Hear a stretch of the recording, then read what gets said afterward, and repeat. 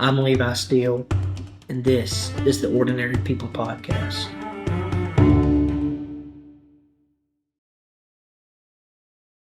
All right, everyone, welcome back to today's episode. Today I'm joined by another guest and one that I've been trying to get on here for a while. In a minute. And we finally made it happen. This has been over a year, but over a year coming. But Mr. Keith Ford, I want to welcome you to the podcast. Appreciate the invite. Yes, sir. Absolutely. So for anyone that's been living under a rock in Pike County that doesn't know you, kind of tell me a little bit about yourself, who you are, and what you do. All right.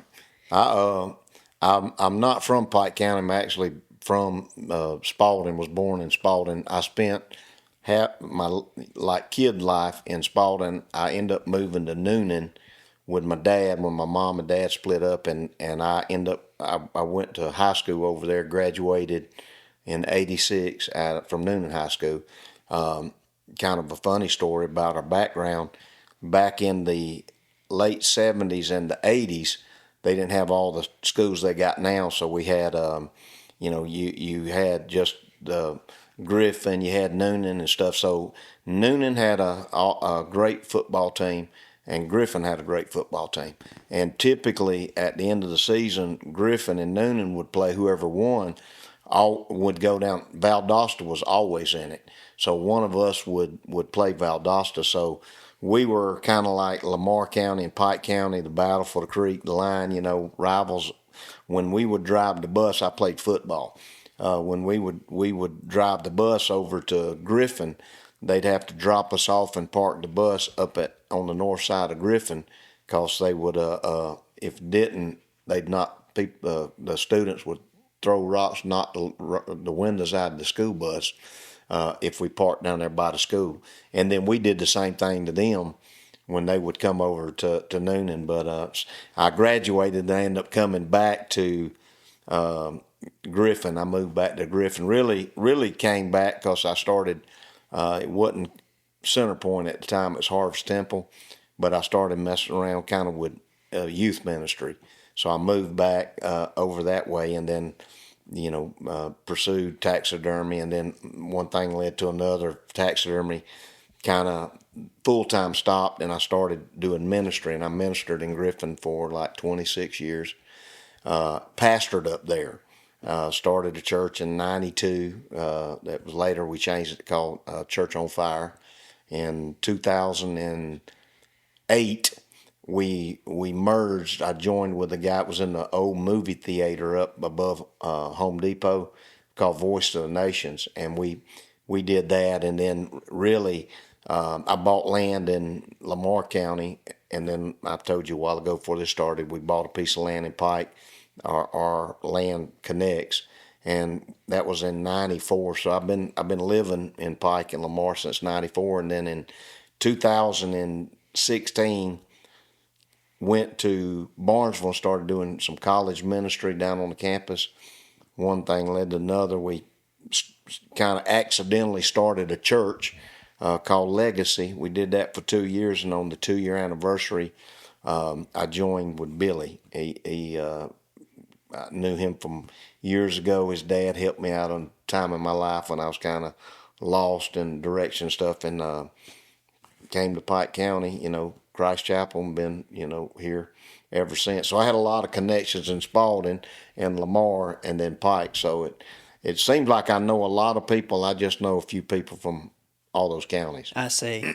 And so this was in 2016 when you came to Christ Chapel? Yeah, I started what was called Legacy Center September of 2016. Okay. Exactly 2 years from the date I started it, in September of 2018, I came to Christ Chapel. And I was, when I came to, or left pastoring in Griffin and doing down to Barnesville, I went to work with GDOT as a bridge inspector.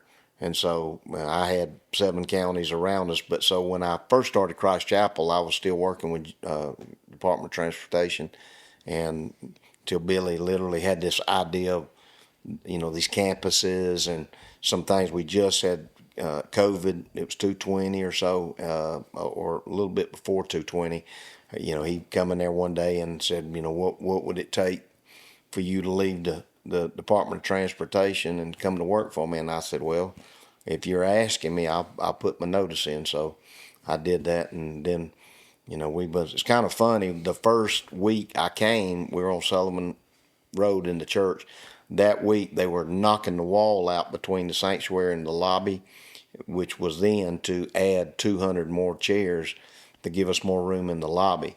And I kind of cut up with Billy. I said, man, first week I came, we was knocking down walls, and really we've been knocking them down ever since, between new building or campuses, that sort of thing. But I came over initially as the men's pastor, inherited the missions pastor, but really my job more so now is just oversee these campuses, getting projects and that sort of stuff. Making sure stuff gets done, runs smoothly. We the Assemblies organization has all kind of buildings of churches that's really struggling. They were struggling before COVID, and then after COVID, just almost dried up and died. Members 15, 20 and stuff, but pretty nice buildings. And so we've got on the blessing end of it where they'd say, hey, do you want this property or this building? And we'd take it, and Billy would say, send me over there, Barnesville. We tore a building down to build the building, but some of them we just go in there and kind of gut them and just kind of make them look similar to the Zebulon campus, so it's just similarities. Cohesive. But that's my role, is to take one from we get it, and then Billy gives me a totally unreasonable amount of time to get one done. Billy will come through there and he'll say, man, I feel good about it, our date. And I say, I'm glad you do, because I don't think we're going to make it. But so far, whatever date he set, we've met the deadline. So yeah, that's great. Praise the Lord. Now, y'all are Assemblies of God, and y'all don't carry the Assemblies of God name in your title of the church. And why is that? I think Billy, his dad was Congregational Holiness. Okay. He was his dad was Assemblies of God at one time, and I can't remember if his dad was a Church of God, but he not bounced from, because they're all similar as far as their Pentecostal type background. But Billy went to work when he was younger for Christ Chapel Macon. And so I don't think the name Christ Chapel came from there. And Billy just, he's always felt like sometimes if you kind of stick the denominational name or brand on you, people kind of brand you and say, okay, that's one of them kind of churches and all. And Billy wanted to be generic in the sense of Christ-centered, but not just, we're not just exclusive to a Pentecostal or a Baptist or whatever. And when I was pastoring in Griffin, the kind of backstory, when I got saved, I had a bad accident in '86 and just almost died. I gave my heart to the Lord. A few years later, I kind of finding my way. I really surrendered my life in Thomaston at the Church of God. Billy's dad was pastoring the Assembly of God in Thomaston, and Billy was there. Billy was about 14 years old. I was about 18, 19. Billy's brother, Hugh, I don't know if you've ever met him. He pastors our Hampton campus. He played the drums for the Church of God where I went.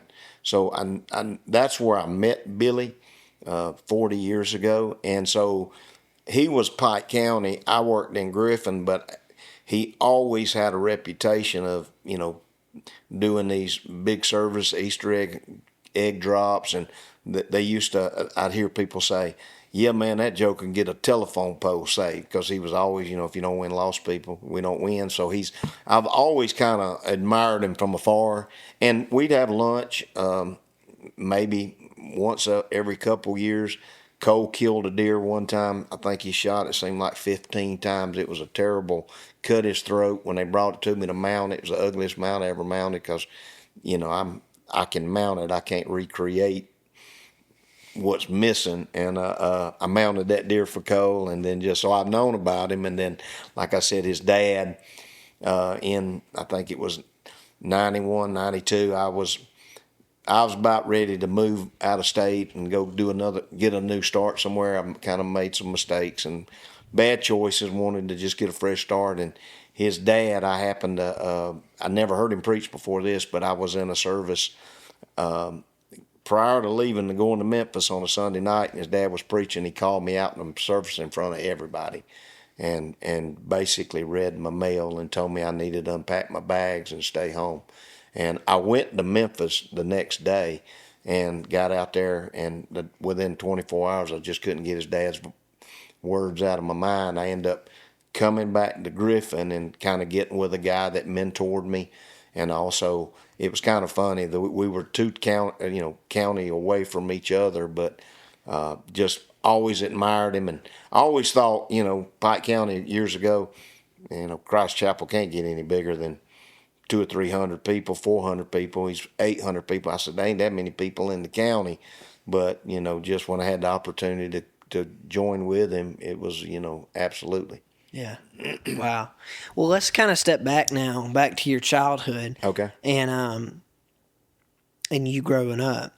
Tell me about some of the things y'all did for fun, and were you a troublemaker? Yeah. I was a troublemaker. I got a brother he's actually 10 months and 2 days older than me. And then I've got a sister that's just over a year younger than me. Then I have two stepsisters, but my mom and dad got married, and they couldn't, they were told they couldn't have kids. And so they ended up adopting my brother and got him home. And within a month of getting him home, my mom found out she was pregnant with me. So they had my brother. Adopted my brother. They had me. So we grew up. It was always funny because we'd get in trouble. My mom would ask my brother, said, did y'all do this or something like that? And my brother, my mom's told me this story one time. She said, your brother said, go ask Keith. He's a better liar. When we were just kids. But when I was a kid, my mom and around 10, 11, 12, maybe it was around 11, my parents split up. And my dad moved to Noonan. My mom stayed in Griffin, and my mom worked her job. Summers, we were kind of at home, I think there's laws now, but we just kind of looked after ourselves as we was kids. And so we got into mischief, funny things. I heard a story. I even forgot about this one. As a gentleman goes to Center Point, a guy told me, he said, man, I heard a story about you when you was a kid. And the story went, there was a pond back through the woods behind our house. And we would go down there, but we didn't have all the fishing stuff was at my dad. My dad was a hunting fishing. My dad did taxidermy. So we always got into that, but we would do it when we go to my dad's. Well, we found out this guy, he had fishing stuff underneath his house. So we would borrow his fishing poles, go through the woods and fish in the house, come home, put them back. Well, after several times, we just determined he's not even using it, so no sense in just getting it. We'll put it back eventually, so we were keeping it. And he come up, this is him telling the story. He said, yeah, Keith was a little fella. He said, I came up and told him, said, hey, we've had some robberies in the neighborhood, and got some stuff been missing. A lot of my fishing equipment's missing. And he said, but don't worry, Keith. He said, we've called the FBI. I'm a kid, little kid. He said, and we're going to find out who did it. And he said, I asked, well, how are we going to find it? He said, when you're born, they take your fingerprints, everybody's fingerprints. They got them in this database. He said, he said, there's fingerprints all underneath the house. He said, so it's just a matter of time. He said, the FBI is going to identify them, and they're going to go to prison for a long time. And he said, really? You go to prison? He said, unless the fishing equipment were he said, I guess if it were just to show back up, there'd be no reason to continue the investigation. Bruce said, he said a night or two went by. he said, all of a sudden the fishing equipment showed back up, and he was telling Sunday school class, he said, and I had fishing equipment that wasn't even in there. He said, they put back stuff. He said, they making sure that, and all, but, so yeah, we was kind of, I got suspended in the 6th grade, and I went to Jackson Road Elementary School in Griffin, and the principal met with my parents, and my parents asked a question, said, Miss Harden, my dad was friends with the principal, said, Miss Harden, is Keith must be hanging around the wrong crowd. And the principal told my dad, says, Mr. Ford, I hate to tell you this, but Keith is the wrong crowd and all. But my dad was a pretty strong discipline, he believed in discipline, but in those days, you were just, you were kid, you did kid stuff. And, but, I had even though my parents split up, we had adventures. My dad took us hunting. I think I killed my first wild boar with a bow when I was like 8 years old. My dad, Pine Mountain Animal Park down in Pine Mountain is you can drive through there and they've got different animals that you can feed them that come up to the vehicle.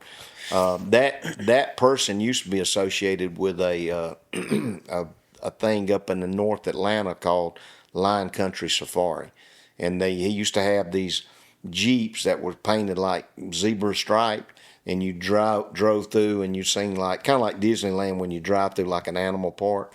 My dad was a part of doing that. So when I was a kid, up until my dad passed, actually my dad died the first Sunday I was at Christ Chapel. That Sunday was when September was, my dad had a heart attack and passed.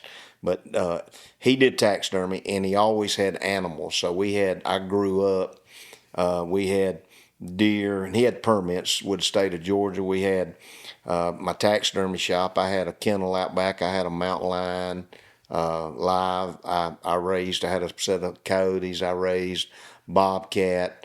I had a black bear one time. So I'd always been around animals and stuff like that. So we kind of had stories, just Daddy come pick us up, take us hunting. We went and hunted elk. We hunted ram and all that.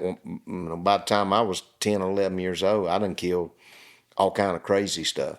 And really, when I got older, 17, 18, after that wreck I told you, I got in trouble, different little silly stuff. My parents prayed if I did stuff wrong, let me get caught. And I think I got caught everything I ever did. And my dad, one time I was paying that deer shining story I told you a few minutes ago, saving up money, I started doing taxidermy.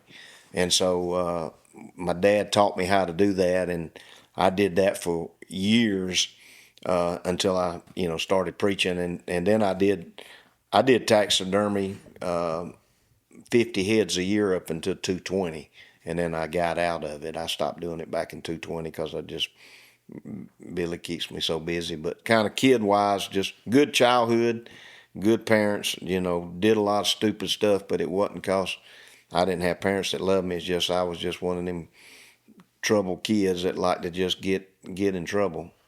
So how did it kind of escalate from there? As far as trouble, just messing around, drinking.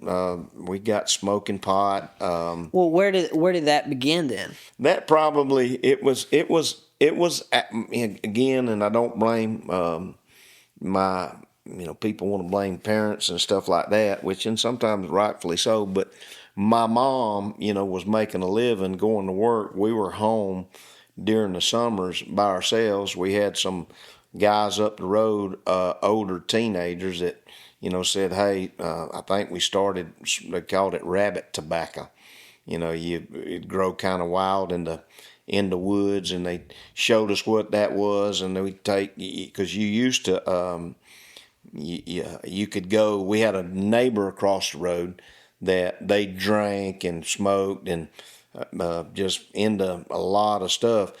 They would ask me and my brother to walk up to the store, and they'd give us money, buy paper or a pack of cigarettes, and we would say, we're buying them for such and such. And in those days, they knew who you were buying them. You bought the cigarettes and we take them back. Well, eventually we'd open a pack of the cigarettes and smoke one or so. So we just I started dabbling in some of that stuff, and one thing leads to another. And, I got involved in my teenage years. They used to, the radar now is not as, they're not as good devices, but they had radar detectors, and it would pick up like radar. Like if there was a state patrol or something, that thing would sense the radar and it'd beep, and you'd slow down. And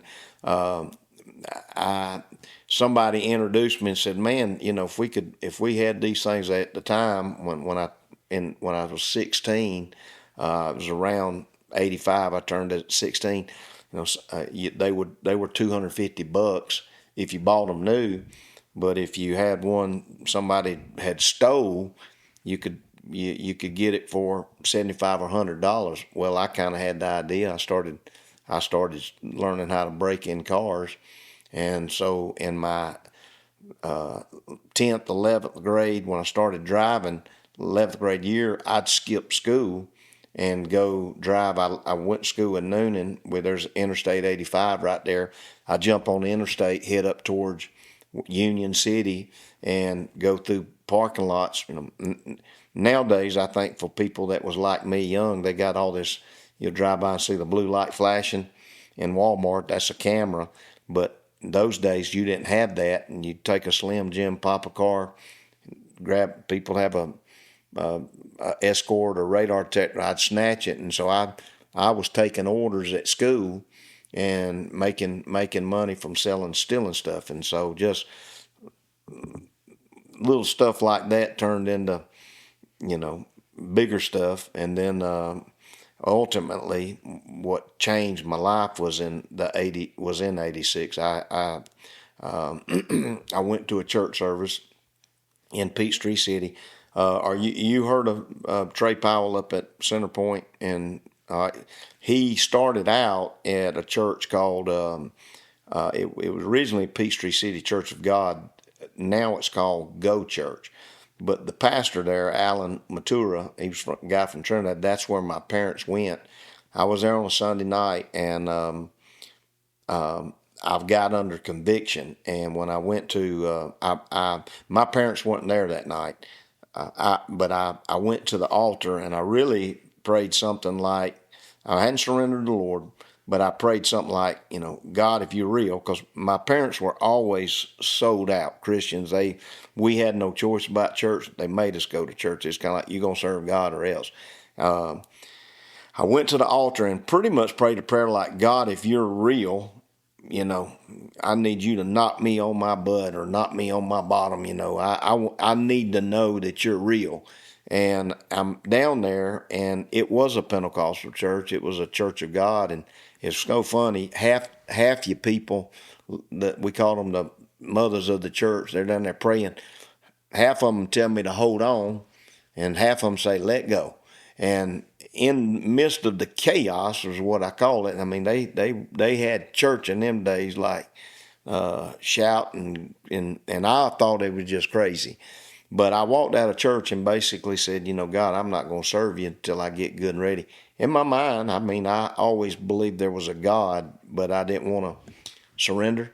A few days went by, and I thought maybe the pastor had called my dad and told what happened, but my dad said he had this dream about me being in an accident, and my grandma called me and said, hey, I dreamed you was in this accident. And anyways, I left to go to school. I was a senior, big into football. I thought I had a somewhat of a future. I thought maybe at least college football or something. And I left to go out to school, and I went down the road to pick a guy named Vince.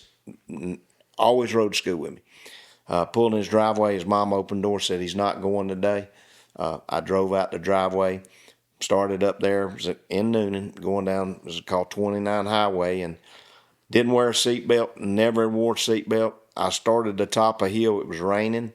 I was driving a Z28 Camaro. It was a 1986. It was a 1986. It was a brand spanking new Camaro. I reached over and put my seatbelt on, and when I topped the hill, there was water that was crossing from another road. A hydroplane lost control, and when I looked up, a school bus was in front of me, and I hit it, and I hit it head on. Went under the school bus, under the front, knocked the axles out. When it came to, I'm pinned. My engine is beside me. My femurs my legs are broke, bent back. My seat belt broke my collarbone. My lungs collapsed. My ankles was broke, and they cut me out of the car and flew me to Atlanta. I stayed on a respirator for 21 days, and on the 21st day, my doctor and my dad, my mom came in the room, and my doctor, with a respirator, you can't talk. They brought me out of sedation, and I guess I've always been high strung, but I was strapped to the bed. The doctor said, "Son, I'm a doctor, but my first priority," he said, "I'm a Christian, born again believer," and he said, your dad's concerned about eternity." He said, as a doctor, he said, "I want to try to do the best, take care of you." He said, as a Christian, he said, "Unless God does a miracle, you won't survive the night." He said, if you've not made peace with God, you need to make peace with God. And he asked, would I like somebody to pray? And I blinked my eyes, and the guy, which was Trey's pastor at the time, Alan Mature, came and prayed for me. And that night, and he said, the wreck was on March 14th, 1986. He prayed, and when he got done praying, he said, "Keith," he said, "you're not going to die." He said, "You're going to live. He said, "You're going to preach this gospel." Next morning, the doctor came in the room, and he walked in the room. He said, "Oh, I see you're still with us," and told me I was going to have a long road. By the end of the next day, I was weaned off the respirator. I did have to ended football. I did have to go through. I went in the hospital. I weighed 215 pounds. I come out of the hospital. I weighed 155 pounds. Had to go through rehabilitation, walk, and stuff like that. So that turned my eyes to the Lord. I thought I was going to hell. That lasted a minute, and then you kind of forget. And then right after that's when I kind of shared, kind of jumping years, but that's where I got real big into stealing and drinking and doing some stuff. And then in 88, 89, I felt like the Lord came to me and said, you need to make a decision. And I felt like my feeling was, I'm going to die. And so I asked the Lord to change me, and he changed me, and I've been serving him now. Been in ministry almost 30. I've been married to my wife, Bridget, this year be 34 years. 33 years. But we've been doing ministry. We got married on my birthday, October the 16th. 2 months later, we started the church in Griffin. And so we've been doing ever since. That wreck was on March 14th. 7 years after that wreck, my daughter Cassidy was born. So she was born on March 14th, 2000. But so that's kind of like up to where we are now. He turns a day like that you probably want to forget into something. Oh, yeah. You'll remember forever. Yeah. It's funny because I actually called Dr. Ben today. My knees, because I've had surgeries on my knees. I've torn my meniscus, but where they and then they drew rods through my legs, or pins through my legs to put me in traction, because my life or death was my lungs. Over the years, I've had problems, and a few years ago, I was actually, since I was at Christ Chapel, I was like, Lord, I know you can heal me. Why do my knees hurt me every day? And I really felt like the Lord reminded me, said, why is your knees hurt? And, I'm like, well, duh, Lord. I broke my legs. I've had pins through my legs. And the Lord reminded me, and what would have happened had you died in that moment. I said, Lord, I wouldn't have made heaven. And so it changed my perspective that the pain in my knees is a reminder that, 1986, God spared my life. So life's about perspective, so my perspective is, I am grateful. I told our staff the other day, I said, man, from 86 to now, I feel like I'm on borrowed time. I think that's one reason I'm so driven. I appreciate life. I want to live life to the full, and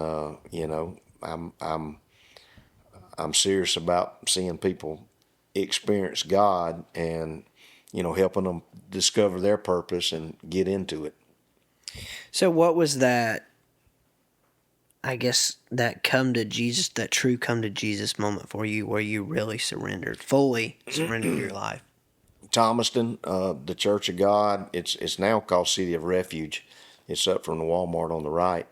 It was a Sunday night. I'm sitting there, and the preacher gives an altar call, and I don't know if it was a dream or vision, but it happened to me. I got my head bent, what the preacher used to say, and Billy doesn't do it, but our pastor, but they used to say, okay, everybody bow your head, close your eyes, nobody looking around.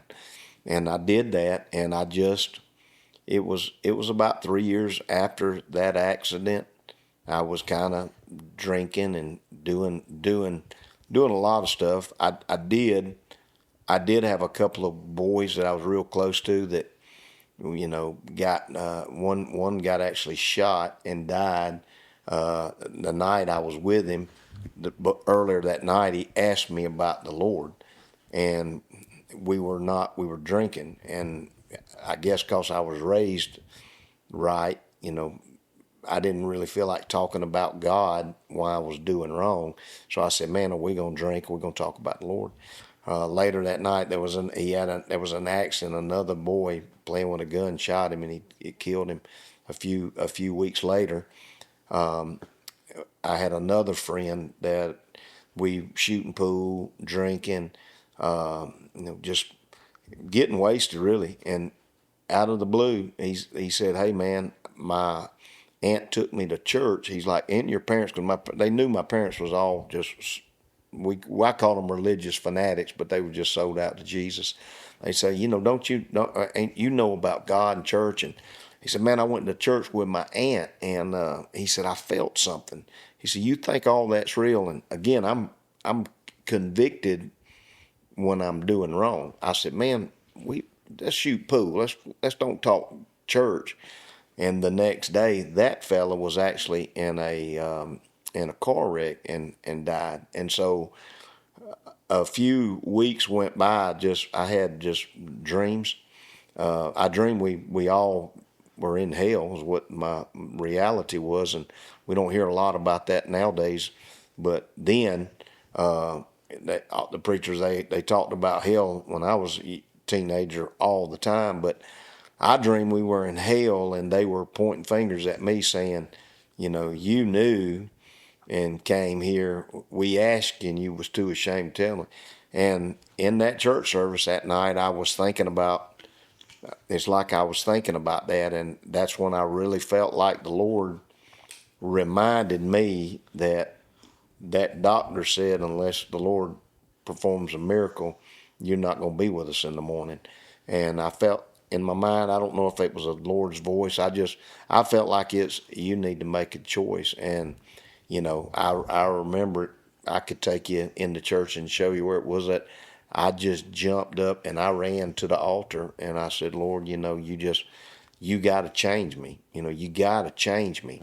And he did. I mean, I hadn't been perfect, but I mean, I've made mistakes, but there's never in 30, almost 35 years, there's never been a day I've just not had I'm sold out that, I'm gonna live for the Lord. That's incredible. So where did ministry begin to come into this? When I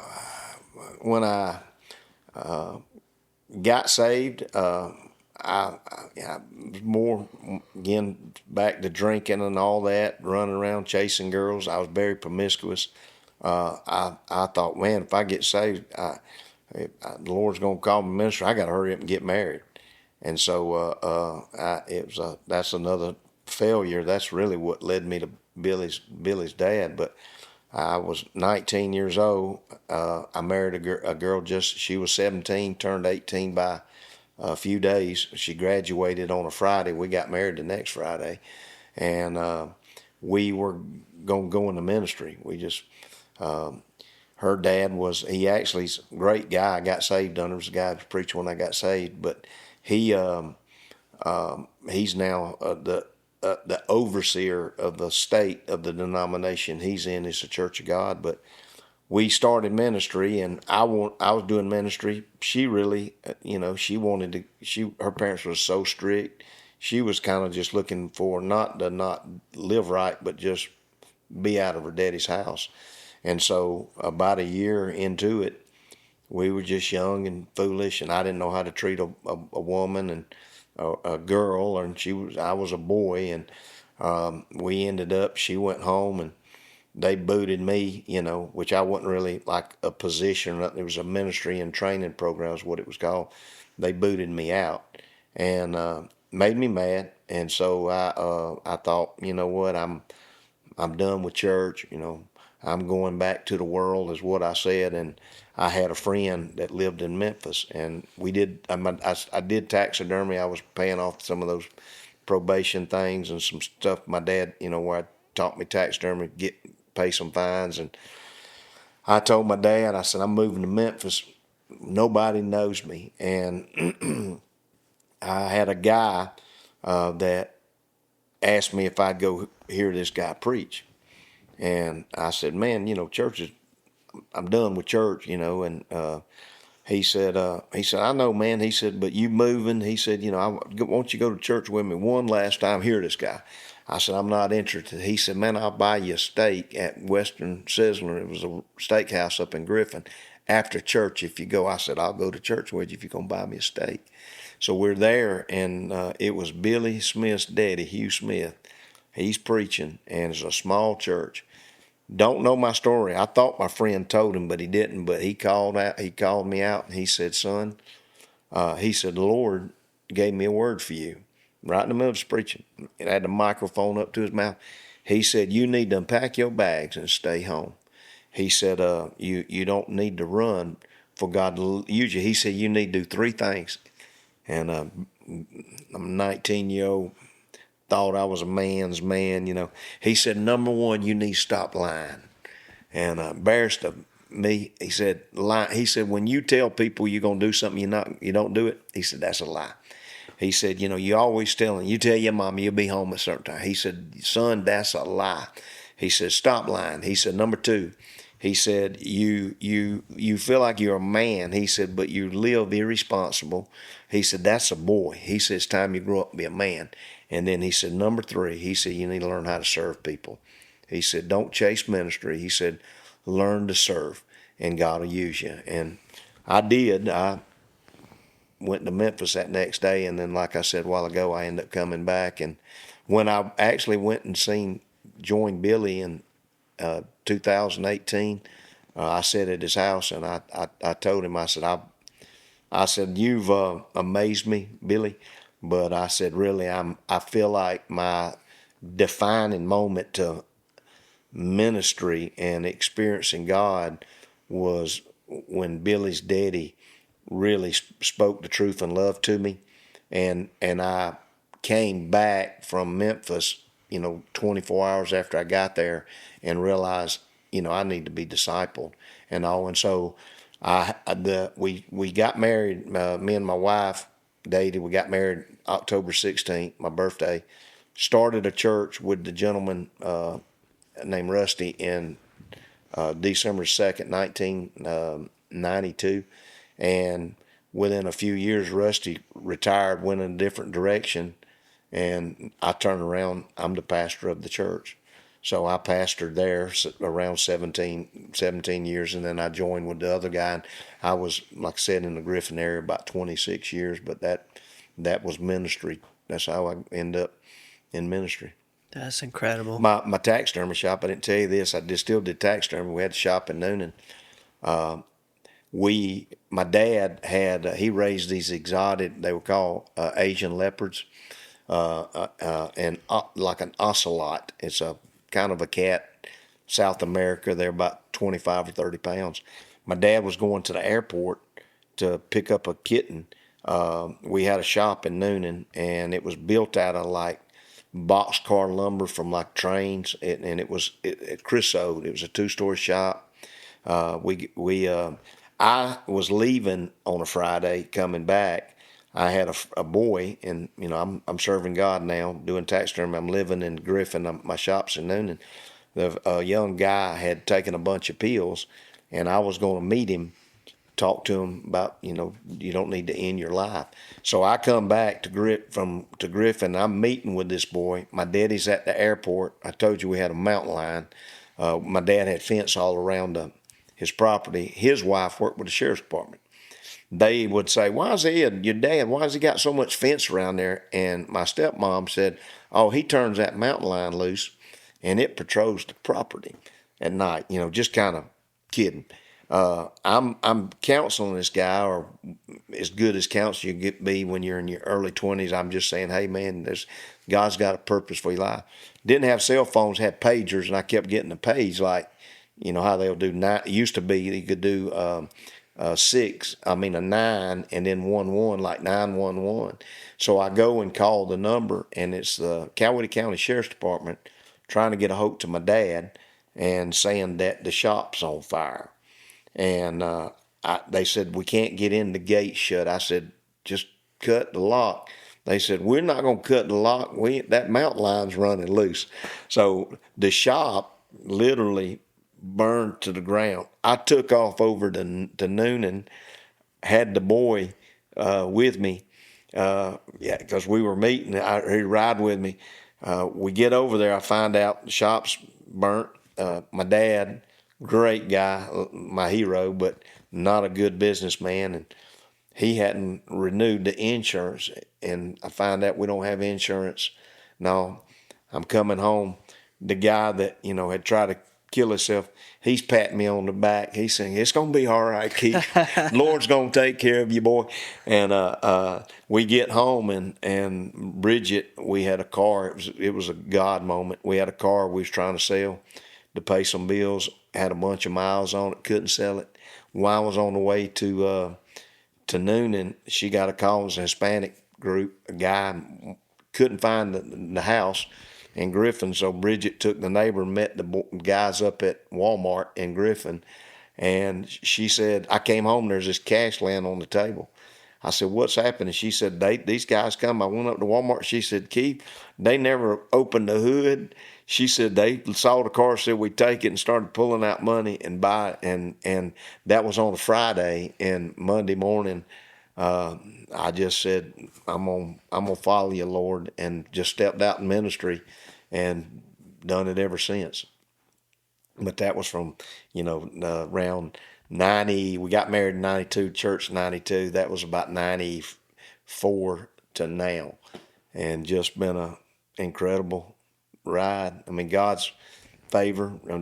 I'm a story guy. If you hadn't noticed, I've got these stories that I'm gonna put together in a book. The church that we started, it was a building that was moved in, 10,000 square foot building. It's across from Southern Pit Barbecue up in Griffin. Moved in from somewhere else. They put it back together, but when they screwed the roof on they didn't line the holes up.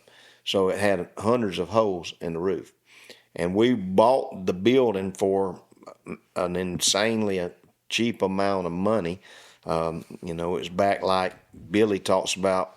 We didn't have credit, so I borrowed the money against my house to do the building, and in Hurricane Opal, which is probably before you was born, came up from Florida. I had just had a sign put out front that we paid around $9,000 for it, and it said it could withstand 60, 70-mile-an-hour winds, where they were predicting they could be some 60 or 70-mile-an-hour wind gusts. So I told Bridget, my wife, I said, you go home. I'm going to stay in the building. Half the building wasn't finished. I said, I'm going to stay here and pray for that sign, the Lord to keep that sign put up. And so I'm watching the sign move, and I'm sitting there. The power goes off. The ceiling tiles, like a drop tile ceiling, in the above me. I'm in there, and I see the ceiling tiles go up. Well, I thought, what's going on? I tried to, we didn't have cell phone with flashlights. I'm trying to say, man, what is going on? In that building, a couple weeks before, a lady said, hey, you got a new church. I want to give you a nice keyboard. Two guys from my church went to pick it up. They called me. They said, Pastor Keith said, this keyboard's an old organ. It's outside her house, behind her barn, under a shed with a tarp on it. The keys are falling off of it. I said, man, we got all kind of junk we got to throw away in the church. What we're building in that old building. I said, don't hurt her feelings. Just tell her thank you, bring it back. Put it in that building. The ceiling tiles went up again. I went outside, and I turned around and looked, and the roof, literally the wind was picking the roof up, and just like doing the wave, it was picking it up in those ceiling tiles. And I'm young, early 20s. I called one of my older board members. I said, hey, man, I'm in the building on my little phone. I said, the roof's coming off. What do I need to do? And he said, well, get out of the building. And so I got in my pickup truck and backed up. And about the time I backed up and was looking, the wind picked the roof up, flipped it backwards, and the wall right there where I was at, it collapsed. I said, well, I better go check on my wife. I drive home, check on Bridget. I told her what happened. She said, I want to go see. We drive back up, and we're at the church. The fire department's there, ambulances are there, police department's there. And I jump out and I go over there, and there's a fireman. They're pulling some stuff back. I said, man, what's going on? He said, we got a call. There's somebody, there's a guy that's trapped in the building. I said, man, I know the building better than anybody. I help you find it. We pulling the blocks back. And I said, who's the guy? Do we know who the guy's trapped in the building? They said, it's the pastor. I said, I'm the pastor. And they said, well, you ain't in the building. I said, no, I left. But the board member called and said the pastor's in the building. But I dug through the building. It's amazing, talking about just stories, and found the letters for the marquee of the new sign I put in. The next morning, I put on the sign, God's in the rebuilding business. And with the building collapsed, insurance man came. The building had holes in the roof. Half the building was finished. We're walking through, and the guy sees that organ. And he said, what in the world's that? The wall collapsed it, crushed it. He said, what is that? I said, that was an organ somebody gave me. He said, man, that thing's a total loss, ain't it? I said, well, sir, to be honest with you, it was really a total loss when we got it. He said, man, you got replacement insurance. They gave me a check for $8,000 for that organ. And when the insurance finished, they built me a brand new building in place of that. So, like I said, God's given me stories that just talk about how He's faithfulness and crazy stuff, and how God can turn like a mess into like an opportunity, and also that's kind of why my makeup is the way I am. I've just seen God, like Billy says, if it ain't good, God ain't done. Mm. He's got His hands in everything. Mm-hmm. Yeah, it's pretty cool what He can do. Like when we trust Him, like that's something I've had to learn. I've talked about it before here on this podcast, but I had to. It took us 6 months to sell that home we built, and I was having to pay interest on it. Oh yeah, and I didn't have a lot of work some months, and so it was I really had to trust the Lord to come up with that money each month. But each month something came up to where He provided just enough for what I needed. Yep. You're on Facebook a good bit from what I see. Yeah. And you do a lot of these quotes that'll come across my feed. Right. And do you mind me No, just go ahead. reading one? Go ahead. This was today, I believe. Any process that doesn't start with God ends in disappointment. Yep. So tell me a little bit about why you do those and what does that mean to you, but what do you hope it means to other people? So, Facebook's drama so much. Younger, we didn't have that. This generation, which a lot of the younger generations moved on to other feeds or other outlets than Facebook. But I just thought, and people say, "Are all those originals?" No, I don't think. The Bible says nothing new under the sun. I like to read. I like one-liners. I like stuff that just helps you remember. So my goal, and Billy told me this too. It stuck with me, but I felt the same thing. My goal every day is to just help somebody's life, do something to help somebody be better. So I try to take a spiritual nugget and just throw it out there, something that's not like deep, but just it's just reality. I said yesterday, and this was something really I shared with the staff.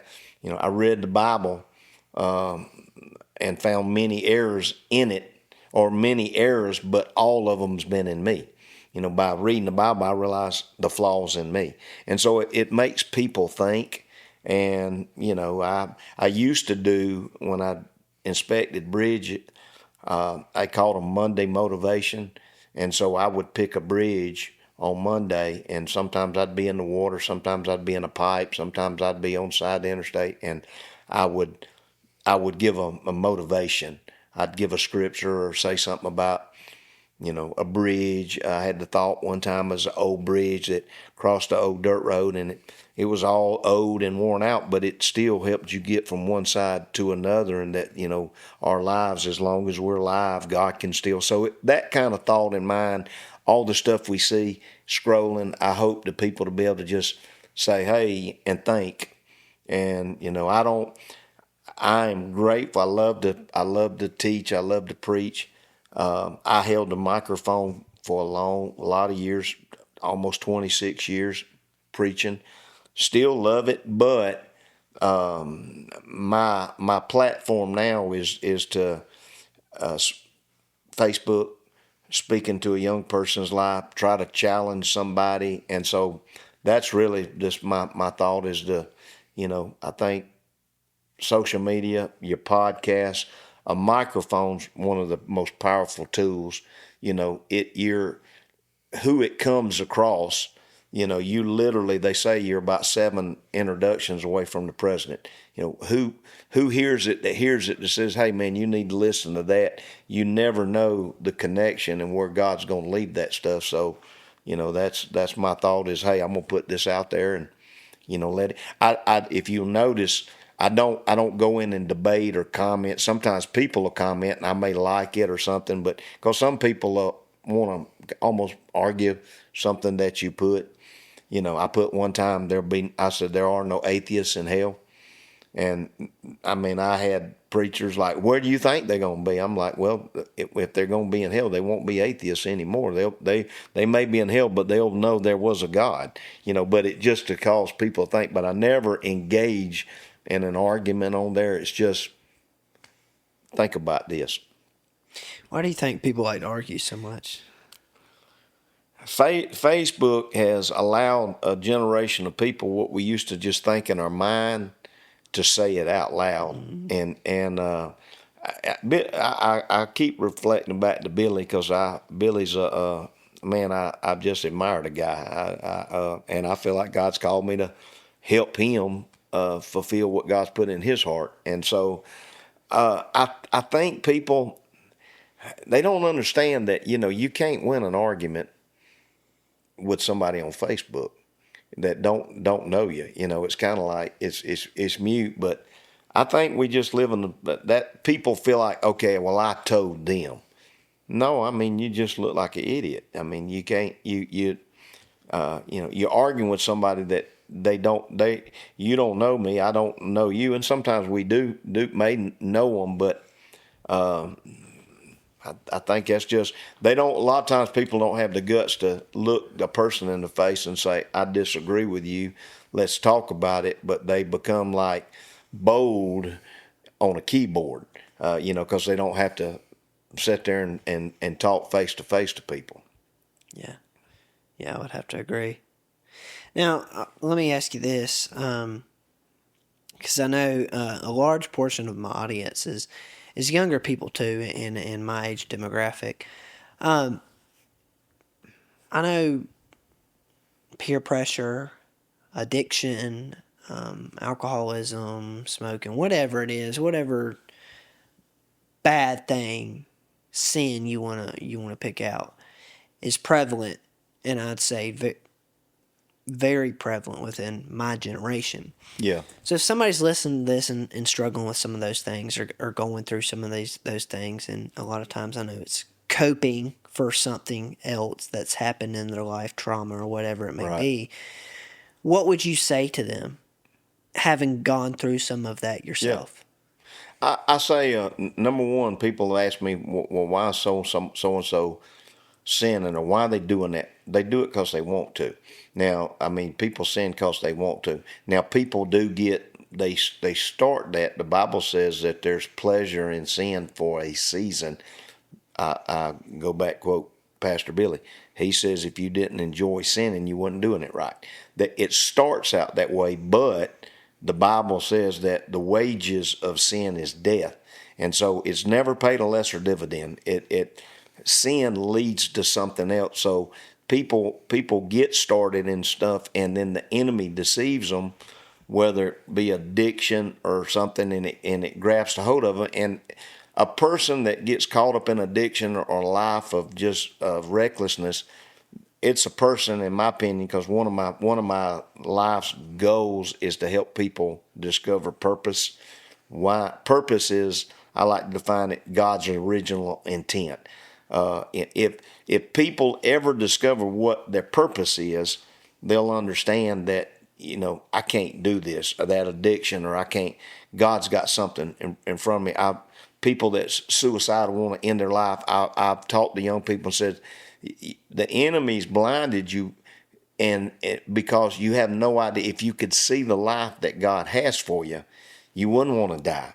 You'd want to live. And so I would tell somebody I'd say that it is real. It is overwhelming. I mean, I've got stories. I went through a season that I wanted to die. I was afraid to take my life because old school raised that thou shalt not kill. I thought, well, I won't have a chance to say I'm sorry, and I didn't want to go. I've always never. I had enough sense. Even when Alan Mature talked to me in that hospital, if I'm going to die, I don't want to go to hell. But coming back to addiction and the grasp and a lot of that stuff, the Bible talks about that the sins of one generation can be passed on to another. My wife's family, her dad was an alcoholic. His dad was an alcoholic. Her brother struggles with alcoholism.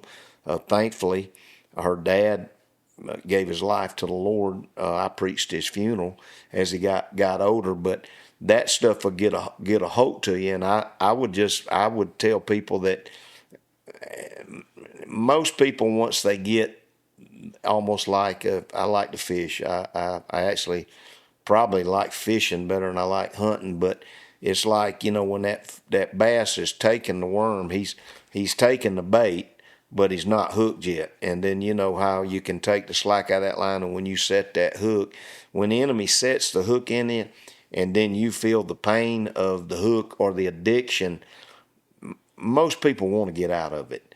But then they're either trapped or feel like they're so far down the road. I told a guy today, was talking to him, he was discouraged about some of the decisions that he's made and felt like, kind of like me, he needed to he needed to be somewhere else. He didn't stand a chance. And I told him, I said, buddy, I said, look, man, people will change their mind about you in a second, but God will never change his mind about you. I said, you can't make him change his mind about you. If he's called you, and no matter what you do, you may never accept it and you reject it, but he'll never one day say, you know what, I made a mistake with that guy. And I try to encourage, and I would encourage anybody, face consequences. I believe in consequences. I told you I've been to jail 4 or 5 times when I was younger. My mom always got me out. Mom, it's bad in here. Mom would get me out. The last time I went to jail, my mom came in there and she turned around and walked out the door. She said, I'm not going to get you out.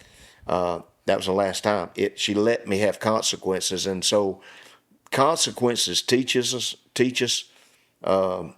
If you let them, I don't want to do that anymore. So I'll tell a lot of people that's got a loved one or a young person that's struggling, don't bail them out.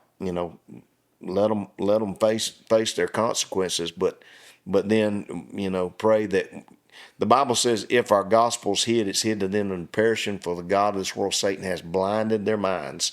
That I pray and that God let the love of God shine through enough that they see that there is hope. God sent Hugh Smith. God sent a Billy Smith. God sent multiple people in my life at the right time to be able to shine a light.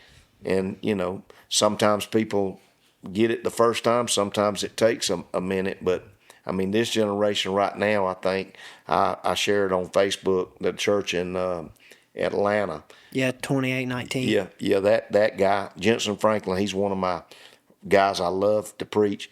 They've been giving money to that church, but there's a movement where people want something that's real and authentic, and they want the truth. But we just got to be bold enough to tell them. I talked to a guy the other day. Even he was talking about money. He's called the church I handle, but hey man, I need this and all that, and and he said, well, you got it made. I said, you know what the difference is between me and you? And he said, what? I said, dude, I work 3 jobs. I said, you fussing, because you got a job at a fast food restaurant. You can't pay your bills. I told him, I said, I pastored, I did taxidermy, I renovated houses, I split firewood. I said, you got to do what you got to do to make it. And it's in doing that kind of stuff, I think that the generation, especially guys, we've had the voice of the mama, which is the nurturer, but in a lot of homes, because of their split, the voice of dad, the authority, has not been there. And so you got a generation that's raised. They don't want to. They want to protest. They want to boycott rules. I can do whatever I want to. No, you can't. And God's, I believe, is calling men to stand up and say, hey man, I'm gonna be real to you. I'm gonna love you. I'm not going to judge you in the sense to say that, I'm not going to say what you're doing is right, but, I'll get around somebody and they'll cuss and find out I'm preaching. I'll say, I'm sorry. I said, look, you cuss, you don't bother me. Now, if I got my wife or my kids here, I may say, hey, dude, watch your mouth. But, you cuss, sinners cuss. But it's that being real, I think, and then stuff like the nuggets of people come up and say, man, you've helped me, or I needed that today. And I think we're poised. I do believe that the Lord's going to come again. I believe we're poised for a move of God. Any church, any believer that wants God to use them, if they just look around and open their mouth, God will use anybody. Wrapping up here. Everybody wants to be remembered for something. Everybody wants a legacy they leave behind. What is that for you? That is legacy. When I went to, in 16, when I went to Barnesville to start a college ministry, the girls, Cassie and Jude, they both play and sing. My wife played. I wanted to reach the generation. I didn't, when me and Bridget got married, I didn't really want kids. I didn't want girls. I was afraid I'd have boys like me meet my girls, and then I'd be in prison. I had girls, and I felt like the Lord promised me that I would have a part in mentoring guys or sons. I call it spiritual sons. I started the ministry. It was called Legacy, and the mission statement of Legacy: living a life that lasts. And so, what I want to do when I go, I don't want to be known for two things. I tell a lot of young people: love Jesus and don't be lazy. If you love Jesus and don't be lazy, I want my legacy to look back and say, he wasn't afraid. He was not ashamed to be a man, and proud of it. And he loved, hard, and he worked hard. And I want people to talk about, the things that I've done to just somehow encourage them to go after it with the Lord. We had a last story I'll tell you, and I won't tell you a story. In Griffin, we had a bunch of preachers. We had a clergy association, we call. We talked about doing community stuff and all that. Well, they decided, we went down to the poor part of Griffin.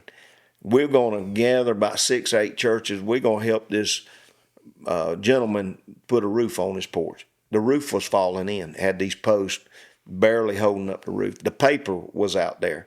And the preachers got out there and they said, well, they were looking from the perspective, what can we do to help him? But we're here at 9 o'clock. We got places to go. 10:30, we want to go home. And I'm sitting there thinking, the man needs a roof. We're just a bunch of preachers talking about doing something, but we really want to do something in the fast. So I walked over and got a sledgehammer out the back of my truck. And while they were over there talking the paper, I went up to the corner of the house and I knocked the post out from under and caved the whole porch in, and turned around to the guys. I said, looks like we're going to be building this guy a porch. The young guys around there, and not that you just do something, because sometimes that stuff's stupid, but I remember a couple of young preachers years later said, you know what? He said, if we're going to do something, we're going to do it right. So my legacy is I don't want to be known for preaching. I don't want to be known for, good one-liners, because I may have took your one-liner, took your name off and then put it out there, because it ain't mine. If it's anything inspired, it's from the Holy Spirit. It's to be able to say he was a real deal. With my kids, I don't want my kids to ever say I was a fake. And then when I'm gone, I want my life to outlive me in just people I've touched. Could care less. Because in the Bible, it's always about the next generation. The Bible said when Moses was leading, the Bible started out with Joseph. He said, Joshua, Moses, my servant, is dead. Now go, be not afraid, have courage and go. God, when one died, he looked to the next generation, and that's what our job is to help you, my generation. I'm 50, be 57. I'm 57 or 58. I can't ever remember when you get that, but you're how old? 20. 20 years old. I mean, I got some life still left in me, but my son's going, you just getting started. I mean, you can lose everything and make it back 4 or 5 times in your lifetime. And my encouragement to you and in your podcast, your podcast can reach the world. You just one connection away from, like, man, hey, come here, let me do this. And then, maybe God's called you to renovate houses. Maybe God's called you to hold a microphone and be campuses. We're seeing that God can do incredible things for people who want to do it. And in 2016, when I left Griffin, went to Barnesville, started that, I told the group that was with me, I had a team of about 8 couples. I told them I felt like the Lord spoke to me and said, what are you going to do with the time you've got left? And I told the Lord, I said, I want to be like Paul. In the scripture, it says, Paul's in a jail cell and he's about to die. Going to have his head cut off next morning. And he said, he pens his last writing. He said, it's the night of my departure is at hand. He said, I'm like a drink offering poured out. In other words, he says, I'm empty. Then he goes on to say the famous, I fought a good fight. I've kept the faith. I finished the race. Now there's a crown of righteousness laid up before me. Not only me, but all who love his appearing. Paul said, I'm dying empty, and my goal is I don't want to die. And they say, man, that he had so much potential. I want them to say he didn't have nothing left.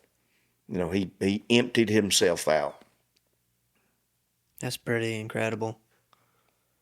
Yeah, that's powerful. I offer every guest the opportunity to, as kind of a tradition here, to write their favorite passage of scripture, underline it in my Bible that I have. I have a Bible for the podcast. Is that something you would do? Absolutely, absolutely. Okay, and then last question: 3 people you'd like to see here on the show. On the show, interview. I'll tell you, he's a great guy. Kyle Garner. He comes to the church. You kind of see him. He kind of gets down there in front sometimes, gets his groove on. He can't dance. But he's got an incredible story. He was premature. He's born blind in one eye. He was always told he couldn't do nothing and believed it. God saved him. He wanted to go to church, so he took classes to learn how to drive. He's a good one. He's a great young guy. I like him. Have you had Carson Whiteside? I have not. Carson's young, on fire, loves Jesus, and Ben, which is Billy. He's one of the interns. Yeah, Ben. I grew up with Ben. Yeah, Ben. He's a real deal. He had a birthday yesterday, but when I look at him, and I see a lot. I see God's call on your life. I see that. But the 3 of them would be good guys.